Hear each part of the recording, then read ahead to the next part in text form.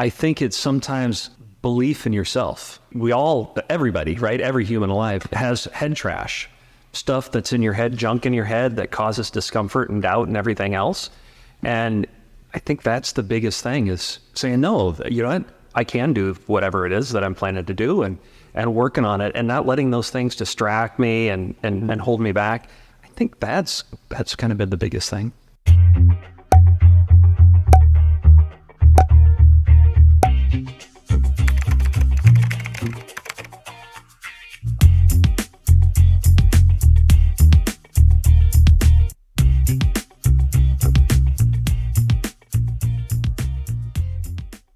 Hello, and welcome to this episode of the Ask Valor Mastermind podcast, day drinking edition. My name is Galen. Joe. We're coming at you from the bar of the underbelly of the Creative Block Studios in Seattle, Washington. So Joe, before we introduce our guests or have our guests introduce themselves, tell us how we got started. Sure. So it first started out as a Facebook group page. The purpose was to bring business owners together into a platform where they can talk, communicate, and kind of help each other grow. Because we're a marketing agency, we get asked a lot of questions outside of just marketing that we don't have the answers to. So selfishly, we wanted to learn from experts locally and around the world so that we can answer our clients' questions better or just refer them. And because you and I like to drink, and so does Mark, we thought most people that we have on also like to drink. So why not do a caveat to that and just do day drinking conversations with CEOs. Awesome. So let's go ahead and introduce ourselves around the bar. Matt, you first, please. So Matt Hansen, I'm an EOS implementer, which basically means I work with business owners, help them get everything they want. Nice. Kerry Carter. I'm currently CEO of Adamus Football. We're a sports technology company that does analytics around tech play in the game, and I'm a former NFL and Seattle Seahawks athlete. Nice. I'm Dan Lowry, owner of Watchmaker Marketing, a Seattle-based advertising agency. So let's jump right into it. Matt, what is one thing that you learned about yourself this last week? Last year? Yeah. Man, started out slow and just eased right into it. You know, I think part of the thing over the last year is the beauty of what I do is I get to work with a lot of people and get to learn from them. And what I love is seeing the journeys they go on. And I guess what I've learned from that is just determination, right? Grit, kind of testing that out. I think that's one of the things. It's just learning more about myself because, sorry, Matt, no worries. When I work with other people, you just get to learn more about yourself, see yourself through other people's eyes, that sort of thing. It's fun. Nice. What about you? I think I learned about myself. So I'd say, well, I'm new into the CEO role, so I stepped up into that role over the last year, and I think What were you previous to CEO? I was COO. Okay. So it's for me, I was like, oh, it's just running the business from a different role, but I think the jump has been much different than not different, just it's unique, right? You got to get that done. Hey, dog, we'll edit some of that out. I'm trying to work it. I'm not trying to mess up your answer. I don't think I'm getting that at all when you. Not yet. But no, I think, moving into a new role, you got to learn to trust your instincts. And that was one of the things. It's once I make a decision, I go with it, I trust it. Yeah. And seeing the business have success as a result of that, it's given me a lot more confidence. So just being able to kind of trust my instinct and go with it. I highly research, highly data driven, but it starts with that instinct. How do you go from, what's the transition from professional athlete into being a business owner? Oh man, there's a ton of similarities that I've seen in terms of, it's a people thing, right? You're dealing with people, you're learning new skills. I'm coachable, very adaptive to new environments, work well under pressure. So honestly, a lot of the same things that I did on the field, and not just on the field, but in the locker room, being part of a team and an organization and how you treat people. Yeah. All of that stuff is really just, for me, translated really well into the business world. It's just, I say the biggest difference is you move from something that's finite, right? Mm-hmm. Like the game starts, ends, there's a winner, And then you get into the business world, it just keeps going, right? Yes, you may have wins along the way or losses along the way, but changing that mindset to it's more of like an infinite thing, right? There's no finish line, really. You just got to keep playing, right? Game never ends. No, never. What about, so for you, what's the best piece of advice that you've been given? As an entrepreneur, how long have you been in business for? Well, I've been in business for 30 years. Went through my own transition, but I went from running businesses to being a coach about a year and a half ago. Okay. And so, but the biggest piece of advice, man, it's something that's followed me around from desk to desk. Back when I finished grad school, my mom gave me this little leather thing that sits on my desk, and it says, "It can be done." Yeah. And it's not really advice, but it's something that I've always taken with me. And I, usually, right, get the right people, you work hard enough at something, you just don't let the obstacles get you down. Usually, it can be done. So on that note, before it can be done, this would be done. So today's first day drinking cocktail, maybe the only one, is the famous Monkeypod Mai Tai. So it's a Mai Tai with a little bit of rum, some orange liqueur, fresh squeezed lime juice, and a macadamia nut syrup, right? Floated with a dark rum float on top. And then some of you, successful and unsuccessful, have the honey liqueur foam. So I'd encourage you to take a sip. It'll be sweet on the bottom, then mix it up and then enjoy. But cheers, gentlemen. Cheers. Thanks for joining us. Okay. Cheers. Thanks for having us. Yeah. So, yeah, Clink it. Click, click. Clink it up. Good fortunes. Cheers. That. we're right. I'm glad you could join us, everyone here. So we like making drinks, sharing it, and talking shop too. It's a good thing. Joe, are you Hawaiian? Yes. Like the macadamia nut. Yeah. We just got back like literally just 3 days ago. Yeah, I was texting you. You were over there, right? So Everything macadamia nut. I love, man. We had macadamia nut ice cream, macadamia pancakes. I had coffee with macadamia nut milk. It was amazing. Like I don't want to drink regular milk. Okay, you had that? Yeah, That's it's great. really good. Yeah. Best piece of advice you've been given? Best piece of advice. I mean, it's funny. I saw some of the questions. It's kind of related to my favorite quote. Right? I think it's one of my coaches that said it to me. It's the way you do anything is the way you do everything. Right? So it's that, attention to detail. I don't care if you're washing the dishes or if you're cleaning your car. Like the attention to detail matters. You're running a business, the way you treat people, like the way you show up in a meeting. If you're on time, if you're late, like, all of those little things that people tend to take for granted matters. And so I think that's some of the best advice and end up being one of my favorite quotes. Yeah. Yeah. What about you, Dan? People take notice of that. Yeah. From the outside perspective. This one I heard during COVID, and it was when I was still in a sales role. And sales is, if you haven't been in sales, you probably have been in business. Every business owner Is it doing well? We're all selling, right? It's peaks and valleys, they always say, right? High highs and low lows. And on top of the low lows that I was experiencing at that time, there was a global pandemic. I don't know if you heard about it. Yeah. And so, that made it a lot more difficult to recover from the blows. And so I had a sales coach that said, make sure that you celebrate the small wins. Yeah. Pat yourself on the back for the little stuff. And I'm a bit of a perfectionist, really hard on myself when it comes to work. Can't sleep at night, if I lose a sale. And that really, that had a huge impact on me. Like I stopped stressing over the big things and started congratulating myself on the little things. It's like a mental hack. When you're celebrating lots of little things, instead of beating yourself up for the big things, it changes your whole mindset. Yeah. So I want to ask a question for everyone because I think we have a diverse enough panel or day drinkers. For how it relates to your business, Kara, start with you. What is your take on AI for like your industry? And I'll ask it for each person. Yeah. But I'm an early adopter in most things technology related. So I've been kind of playing around with it for years now. In my business, we review film, and it's a manual process. And so I've honestly, for the last 5 years, I've been looking for a way to speed that process up, Automate to replace and automate.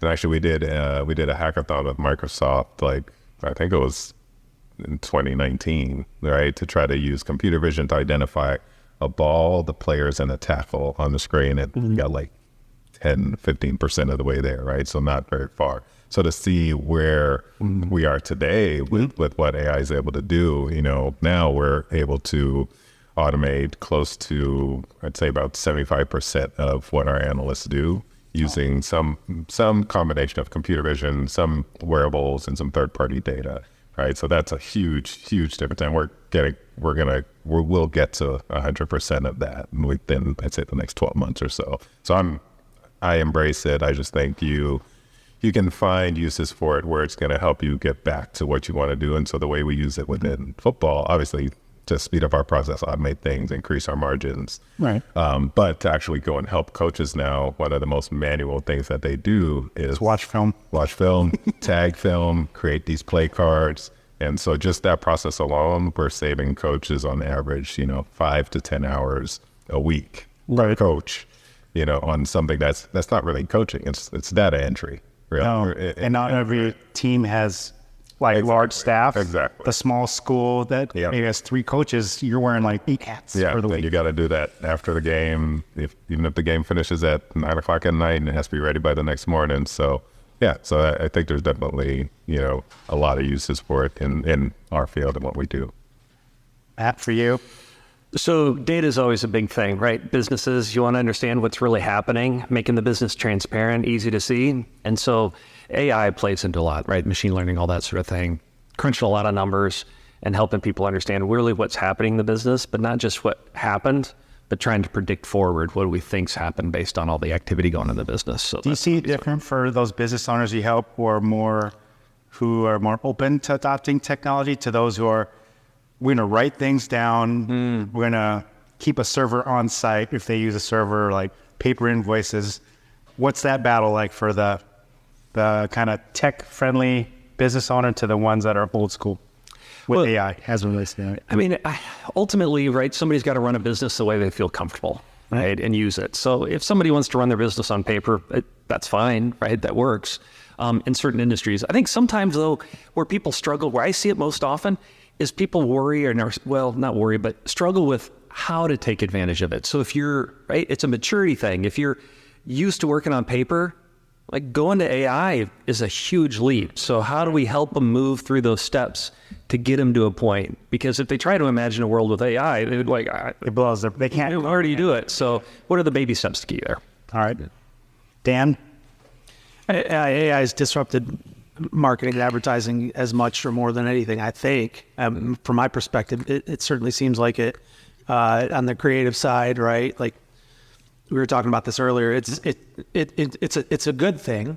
A lot of people consider it a job threat, but from what I'm seeing so far, I feel like the advertising agencies still will have a relevant place in this grand scheme of things. But for local businesses, it levels the playing field creatively. They can do things with a clever idea and some well-written prompts that before you needed a 5-6 figure budget to do, for a TV ad, for example, you can animate with a click of a button. And so, you still need someone to execute on that and understand marketing and how it works and why it works. So we still have a place there. And then, but I think in all aspects, content writing as much as creatively, people can populate an entire website in seconds when, that was an arduous and well sought out role in the past. Now it's not quite as relevant or necessary, but I mean, all in all, it's making advertising better. Again, I live in the local world, right? And it's by leaps and bounds. It's improving the business. So, Joe, from our standpoint, from a marketing agency standpoint, with AI, with how people are using it, what's your thought on how AI is as it relates to our business as we service our clients? I mean, I would say for website purposes go, you should still write your own fresh content. AI is just regurgitating what's already on the internet. So if that's all you use to write your blog posts and your website content, eventually you're going to get flagged for duplicate content. I like using it for like our podcast, right? You get a YouTube video, you upload it. There's 2 tools I use, Opus.pro and Taza.ai, and it gives you your shorts and your clips and your description for you, gives you all your tags, and you pretty much just connect everything you want to that platform, all your channels, and then just hit schedule all out and does it all for you. So what used to take me of, hey, let's edit this to this and this to this and this to this, and then they got to go back and create the clips. Now it just Instantaneous. and within 10 minutes, it takes a 30-minute video and puts it into 15 to 20 shorts. And I apologize because I said it makes content writing less relevant. I'm glad that you gave him the chance to refute that. And you know, I should say, like, I do content writing as well, and it's true. Like, you can tell when something's genuine and organic versus robotic. And I write commercial scripts. You know, every month I write several radio ads and TV ads, and sometimes I'll use AI to spark the idea, but they never come out great. You still have to take the human element and edit what they. But if you read I'm going to go with this kind of angle or whatever, this voice. Yeah, when you have writer's block, it's a good, you know, tool to spark things, but it's not good standing on its own. I feel like it's a great assistant, you know, like a true, like I can run ideas by it. I can spark things. I can, like, you know, check on approaches and stuff like that. But, you know, people, I think, value authenticity, and you can kind of, that brings through in writing and how you speak and, you know, obviously visually as well. So I think that's probably going to be the biggest hurdle for AI from like a marketing or content perspective, is like it's hard to fake authenticity. Right. So you'll get great content. I have embraced it a ton, and I've been using it since the beginning, because it helps me do things a lot faster. But I like to write. Like down at the core, you still have your creative self of, it still has to come from me. Yeah. I mean, like, I would never use this word, so you may, I'll change it up. Or well, even before a lot of that stuff came out, I was using like Grammarly and stuff, right? You know, so just to make sure it's okay, is it the right tone? Does it hit the right notes? Like those types of things. But yeah, there's some things creatively that I don't think you can ever replace, you know, with AI. Right. You nailed it. I like the quote, you can't fake authenticity. Yeah. Oh, absolutely. What's been what's been your biggest hurdle in being in business? Like, what's the biggest hurdle you had to overcome as being the owner of your own company? I think, oddly, it's sometimes belief in yourself, right? We all, everybody, right? Every human alive has head trash, stuff that's in your head, junk in your head that causes discomfort and doubt and everything else. And I think that's the biggest thing, is saying, no, you know what? I can do whatever it is that I'm planning to do, and working on it, and not letting those things distract me and hold me back. I think that's kind of been the biggest thing. And that's where for me, that's where most of my growth has come from too, is actually dealing with those things and not just becoming better at my business, but I think it also reflects when I'm outside of business, being better in my family, being better with my friends, those sorts of things too. Yeah. Biggest challenge? Yeah, biggest hurdle to overcome. I guess what first comes to mind is, you know, being, you know, for 3.5 years now, been in business. Three of those years, I was a one-man band. So I was, you know, the trumpet player, the harmonica player, and the oboe, sousaphone, and the didgeridoo. And but I was doing everything, the weird, irrelevant stuff, and you know, all the most important stuff, obviously. And I grew to a point where I was just out of bandwidth, and it was just servicing my clients. But being a perfectionist again, it's good I know that about myself, because it was hard for me to let go of those responsibilities and trust someone else. And in the last several months, I've hired a few folks, and it's been a process, but the key to that is hiring people that are smarter than you, or have a specialty, and it makes it a lot easier to trust them. So always finding the person that didn't replace you, correct? Well, almost. So you sit back and watch. If it allows me to retire, sure. Millions of cybercriminals are out there on a daily basis trying to steal your information. It's not a matter of if, it's when. Small businesses account for 58% of cyber attacks annually. So help your company fight cybercrime and mitigate risk by being proactive. Call Fuse Networks, your local Seattle IT experts at 206-701-6040 for a complimentary IT network and security assessment. What's the biggest obstacle or challenge you've overcome being an owner in your business? Okay. Yeah. Let's say in my current business, I talked a little bit about it before, similar to Matt, in terms of just having that belief and trust in yourself. But for me, it's been, I think like we have like operational things that, like trying to understand how you can turn things into a strength that have been seen as a weakness. Mm-hmm. I run a tackling company, but I played offense, right? I was an offensive player. I was a running back. I'm going and talking to coaches who've been coaching for 20 years and telling you, I can help you with your tackling. And they're looking at me, run the ball. Like, what do you get? I actually had that happen with it was my, actually Kent Baer. I think he ended up being I was a DC here at UW. Here. He was my DC at Stanford.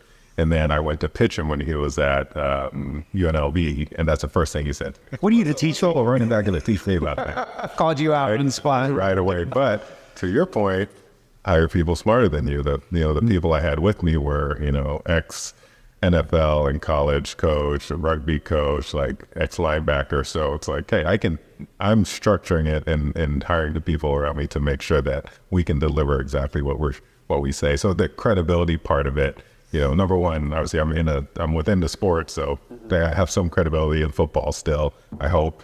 But on the defensive side, it was a little harder at the beginning, but my role has shifted now, so I don't have to go out and convince. So is it different because is there a competitor company like you that I don't?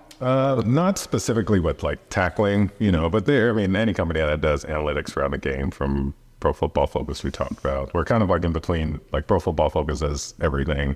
And like USA Football teaches youth and coaches and stuff how to tackle. So we're like kind of meshed in between there. Right. But I was talking to Matt about this earlier, that we're expanding out of just tackling and defense because we have to serve a much bigger audience in order to really get the company to the value that I think it should be at. So just learning how we expand using AI, computer vision, machine learning, that's really kind of the next evolution for us. It's like really embracing it and going all the way in, because that's how we can get to the economies of scale that we're looking for and go, from this very narrow, like football defense tackling, right? Like really narrow. So how do we, if we're competing for budgets, we can't just service just tackling. We can't just service just defense. We got to give something for the entire team. Right. So that's been my challenge over the last year. What helps you not leave money on the table anymore?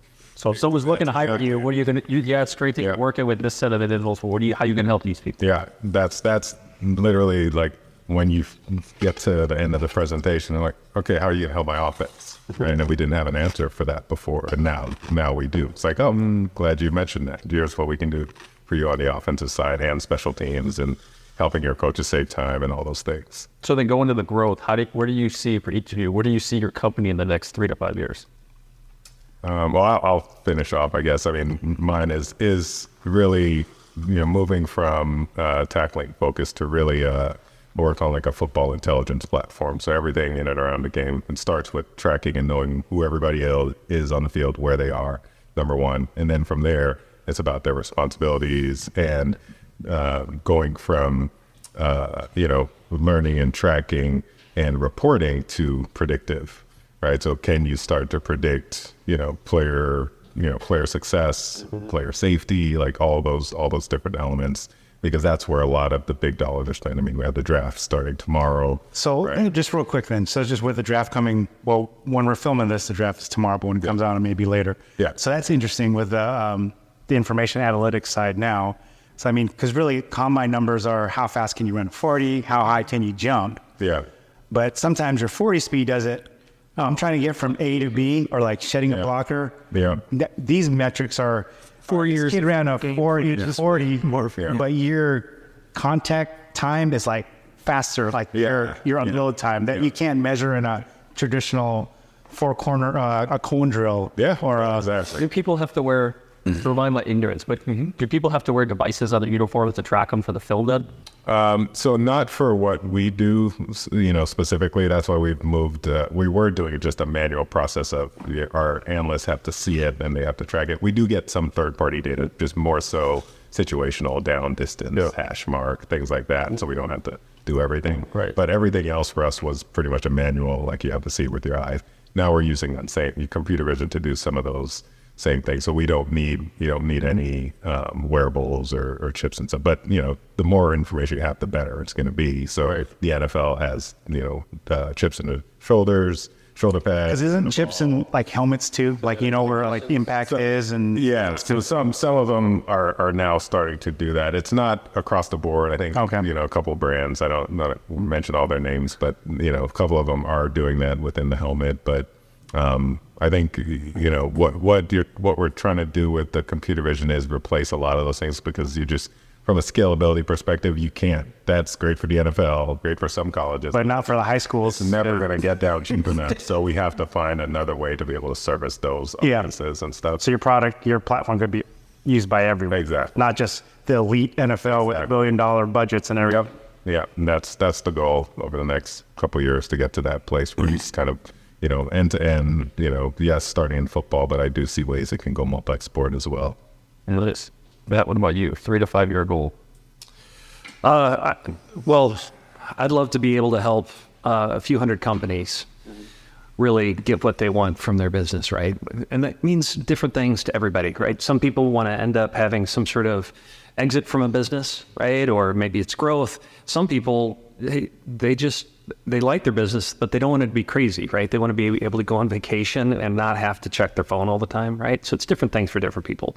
But that's ultimately what I want to do, is be able to help a few hundred different companies really get what they want. How many businesses can you work at a time? How many businesses? So full for me, because it's a pretty high touch, what I do. So probably about 20 or so. That's pretty busy. Okay. And can you explain, everyone, real quick, what EOS coaching is? Yeah. So EOS, what I do is I work with business owners and leadership teams, right? So I work that team format. And what I do is what does it stand for? Entrepreneurial operating system, not software, it's people. Yeah. Right. So when I work with those leadership teams, I help by really teaching them and help them install and implement a complete system of just simple, proven practical tools. Proven things, been around for 100 years.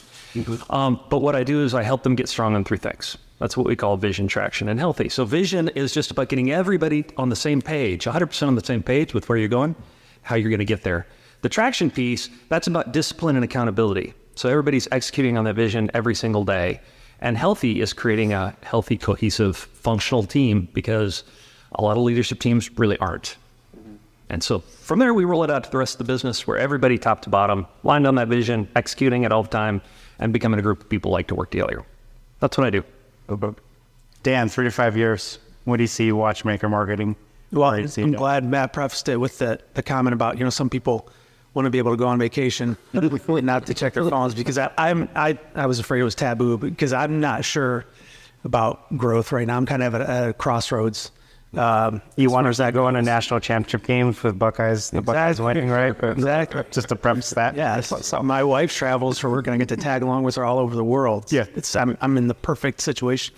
So yeah, it's tough, and it's not just about that, the flexibility, but I really like to work closely with my clients. I like to work directly with the business owners, or the marketing directors, depending on the size of the organization, and that's the most rewarding thing for me. That's why I don't work with corporations. It's too much red tape and too many layers between the agency and the decision makers. So I don't want to grow to a point where I have my minions dealing with all of my accounts, and I lose those relationships, and I lose my influence, and I can't celebrate those wins, with my clients. And yeah, I'm just at a comfortable point right now where, financially, I'm fine. I have flexibility. I'm just busy enough. So I don't know, but there's always that itch to grow. So TBD. Then how do you rate, I'll change it up then. How do you rate your business, or how do you know when your business is successful? Is it now that you're going to take more vacations you don't have to worry about because your team's trained up and you could kind of step away for maybe a week, 2 weeks at a time? No, I define success by my client's success. I think that's the only way to roll, so. You're in it with them. You're in it with them. Yeah. So, I mean, if they're not successful, I'm not. And that's how I've always operated, because if you're not knocking it out of the park, you're on the chopping block. So, I want going back to, what I was saying previously, like if I could have the same 10 clients that I have now for a long, long time, I'd be happy, because I love them all. Golden rule when I started this business was don't work with assholes. I don't have any assholes on my roster right now. Yeah. And so I want to keep and maintain them. So as long as they're successful, that's how I define success. Because you could take your 10 core clients you have now and just build upon what they're doing. Yeah. Yeah. Land and expand. Yeah. Well, yeah, it's a growth business for me. But I think there's also like the impact that we can have across the industry and across the game. Because I mean, the game of football and the platform itself has done so much for me that I've always wanted to find a way to give back. And even though it's a for-profit business, but I'm working with coaches who, have. A lot of them are volunteer. A lot of high school coaches. Volunteer. My head coach, everyone's volunteer. I know how it goes. So I know how hard it is, but I also know the impact they have on athletes. And I've been 2 little girls. I want them to play sports because I know what it can do for them in terms of confidence and all those things. So really it's looking at what's the impact that we can have on the game through what it is that we're doing and how we can make the lives of coaches and athletes easier, right? Because coaches, I'm trying to take away some of the things that are taking their time and energy so that they can get back to doing what they practice plans and those kind of things, right? Yeah, so they want to go out there, or like film study, like I gotta grade this guy, and yeah. They just want to go inspire and help help people. They like the on-field stuff, not so much the off-field stuff. Exactly, and that's what you want them doing. Yeah, right. It's kind of a beautiful thing though too when you think about it, right? You're taking away those other things so they can spend doing what coaches love to do, which is really helping those kids, right? Go after the dream. Really, you're a coach to yourself. Well, yeah, but I mean that's really cool. Is you're providing a product to really help coaches do the thing that really coaches are drawn to, which is impacting lives. Yeah, that's cool. They signed up for it. They didn't really sign up for the many hours of. Well, the parents sign up, the kids. Yeah. They just discover, as you probably see some tiger dads and moms that go through sports. No, for sure. Do this because I never could, But I just want to say thanks for everyone. Last cheers for our day drinking with CEOs. Sorry, not much left. It's a cool thing to get to have. It's a pleasure, guys. The business owners, we are. Sometimes it's not always fun, so we like to have kind of fun, but have a casual conversation to impact our audience and everything. So on behalf of our sponsors, Hold up. How can everyone get a hold of each other? So email's probably a great way to do it. Matt.Hansen, that's Hansen, at eosworldwide.com. Yeah, mine's similar. You can probably Kerryocei, KERYOCEI on Instagram. Probably the easiest way across the board. Watchmakermarketing.com. My contact info's there. I'm also pretty active on LinkedIn. I don't know if you're going to put our names up in graphics, but Yeah. They'll be in the videos, and there will be now that you call Joe out. But on behalf of our sponsors, Advanced Services, Fees Networks, and Warrior Injury Law. Injured? Call us at 253-WARRIOR. Warrior Injury Law. Battle tested. My name is Galen. Joe, coming up to you from the bar, from the underbelly of the Creative Block Studios in Seattle, Washington. Cheers, everyone. Thanks for enjoying these drinks. Everyone at home, thanks for tuning in and watching this episode of Ask Valor Mastermind's Day Drink Edition. Cheers, everyone.